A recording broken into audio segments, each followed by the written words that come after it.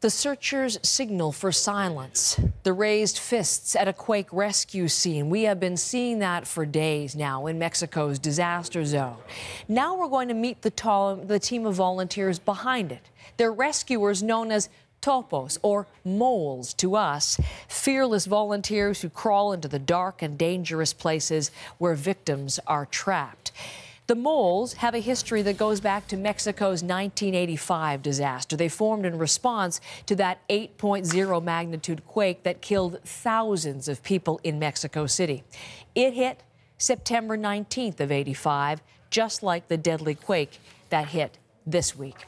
Now, joining me in Mexico City is Fernando Alvarez, who is the liaison officer for Topos Tlatelolco Brigade. And again, as I said, he's in Mexico City. And Fernando, a pleasure to welcome you to our program today. Explaining a little bit about what the Topos do. We have been concentrating our coverage on Mexico City, but I know you're active elsewhere in the country. What is the latest information you have on rescues going on? Good morning, Heather. We're working also in another state near Mexico City. That was from where the earthquake started. Is in Morelos, known in the big city of Cuernavaca. So we are still working down there. Many houses went down, crashed, and we're helping people to rebuild and get out from some collapsed structures. So do you still believe that there could be people below those or trapped in the rubble of those buildings at this point? Yes, United Nations has like a table of surviving rates until 7 days. So we hope to still find some guys between 4 days at least. So do you have any... After 4 days, we're at 4 days right now, so there potentially could be people still alive. But do you have any idea of how many might be or how many buildings you need to be focusing on? In Mexico City, we are focusing between 10 and 12 buildings. That's where we're expecting some survivals. And outside Mexico, about 1, 2 in Morelos. So we're working hard. 7 will be 7 by 24 week of work. Just 24 hours, 7 days a week. Yes. That's exactly how we say it. And you know, as you're talking to me, we're looking at live pictures of those very kinds of rescue efforts that are going on in Mexico City. It's fascinating to watch. You are so brave, you Topos, as you go into these dark spots and wiggle in there.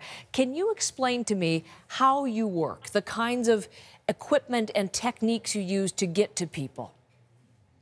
Well, first we call them or try to make them make some noise if they can.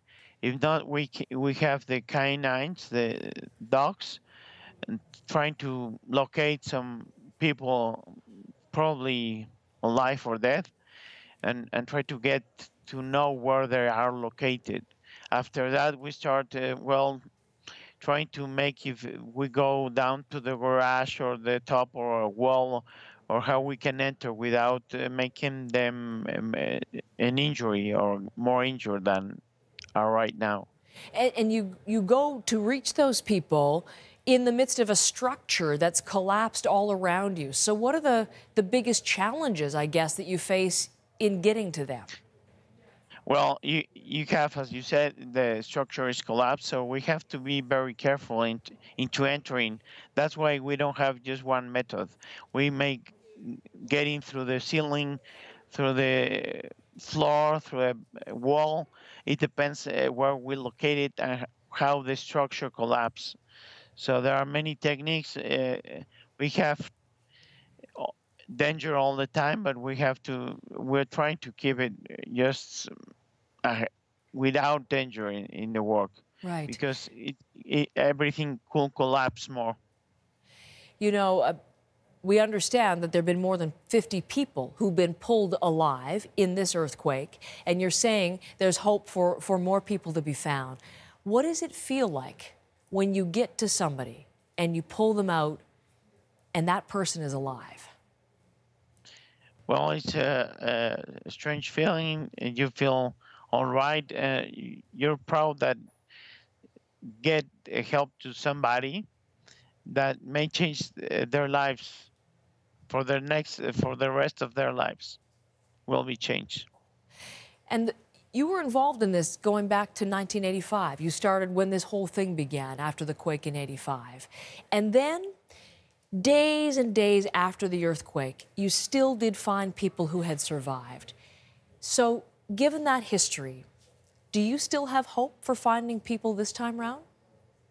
Yes, we down 32 years ago, we found babies after 10 days alive. Today there are 32 years guys or men, women. So we're expecting life for at least 2-3 days more. Well, we will watch closely from Canada and hope for the best along with you. A pleasure to meet you, Fernando. Thank you for the time. Busy days for you. I'll let you get back to work. Thanks. Okay. Thank you, Heather.